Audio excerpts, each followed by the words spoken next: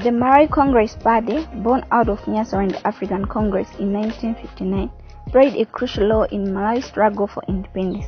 Under Dr. Hastings Kamuzubanda's leadership, triumph 1961 Legislative Council election to achieve independence in 1964.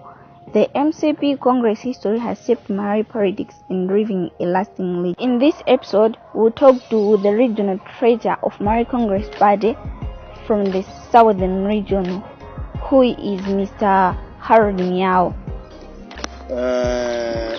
Driven from the early days of His Excellency the late Ngwazi Dr. Hastings Kamuzubanda. Ngwazi Dr. Kamuzubanda left Malawi, then Nyasaland, in all those old days, possibly in the early 30s, for UK through South Africa. At first he went to Zimbabwe, from there he went to South Africa, from there he went to America, where he had his early education, and UK. Now, while there, he developed a sense of political affiliations in him. Those days we had a few African leaders like Jomo Kenyatta, who was his friend from Kenya. We had Abu Bakar Tafewa Barewa of Nigeria, and all those old leaders, Mwalimu Julius Nyerere of Tanzania, and at the time there were other young leaders at the time, like Robert Mugabe of Zimbabwe, who was at the time he was a bit younger than the ones I have mentioned. Now, these people, they developed a sense of trying to liberate the African continent, that we should also become what do we call them? We should become self-governed, so that we could be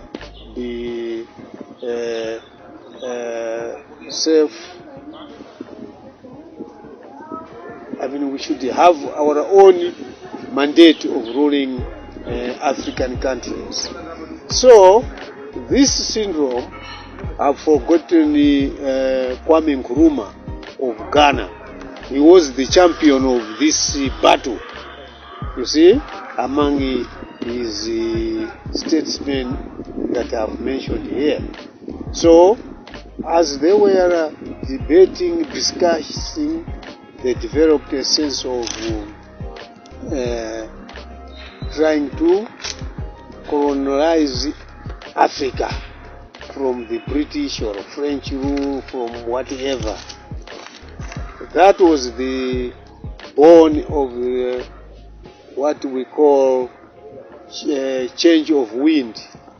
They were trying to change the state of how they understood the problems then. Because don't forget, after a partition of Africa, now here I'm talking of when these colonial rulers divided Africa. That is when we call partition of Africa. After they did that, they were doing that against the African demands. It was they themselves, as the colonialists, to divide or to share up the continent, which they managed to do. But as they were managing Africa, time was changing, and Africa itself was also developing. And since Africa was also developing, there were some leaders now who felt it was now time for them to rule for themselves.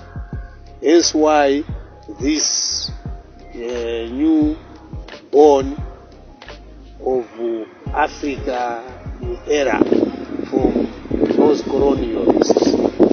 That's how it started. So each leader had to sensitize his African people from where he was coming from.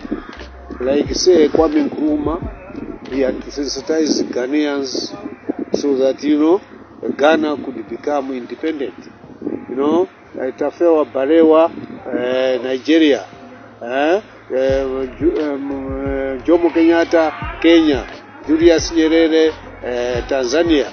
Anyway, Zimbabwe, it was at a later period because the leader there was still junior to these other leaders.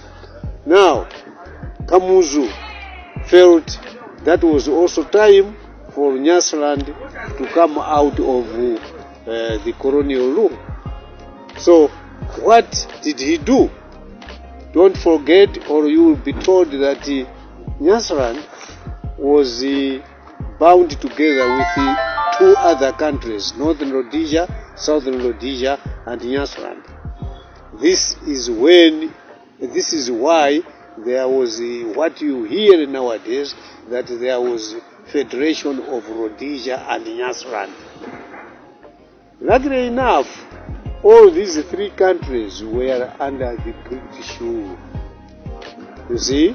So it was easy to negotiate with the British so that, Nyasaland could become independent, Northern Rhodesia could become independent. Northern Rhodesia, there was Kenneth Kaunda.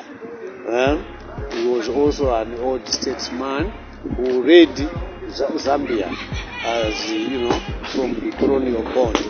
So, when in the early 40s, 43, 48, 49, Dr. Banda, our president, our former president, was very instrumental among his other leaders, because he himself was a doctor in UK at the time. So these other leaders found advantage on him because one, he was they are a physician, they are a doctor. Some were going to him for treatment and all that. And due to that, they were negotiating and discussing whatever to do in Africa. So that made him to be on the center point of trying to coordinate with the other African leaders. That was the time. So during those old days, this country was being managed by chiefs. You know that chiefs have been in this country for long, right? But most of them were not educated anyway. But Dr. Banda used to use those chiefs, up to the point that he was calling some of them to go to UK.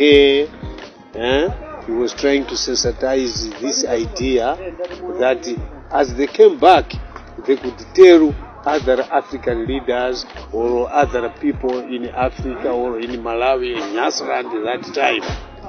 Now, on top of those chiefs, there were few other people who were educated then. They also followed the the same trap, like the Manoa Chirwa. You hear people of Manoa Chirwa. There was somebody who was C.C. Chinula, Charles Chinula. There were people like Sangara. There were old people of such caliber those days. They were also canvassing to people around Nyasaland to say, no, we have to get our own self-government. And this picture had entered in the minds of people And there were some people who were really learned people, educated people, like the Orton Chirwa you are talking about, because the name of Malawi Congress Party came from Orton Chirwa. He's the one who named that name of Malawi Congress Party. That was when Dr. Banda was in Guel, but that was now in 1959. From April 1959 to from March 1959 to April 1960. After a year's period in prison, Dr. Banda, when he came back to Malawi now, the one who was running the party here was Orton Chirwa. He had the other people as well, like Henry Masauko Chipembere, the Bwana Usizi, Wire Chokani, all of these people, Kanyama Chiume, all of these people, they teamed up and they were working or preaching the gospel of getting this country from the hands of white people.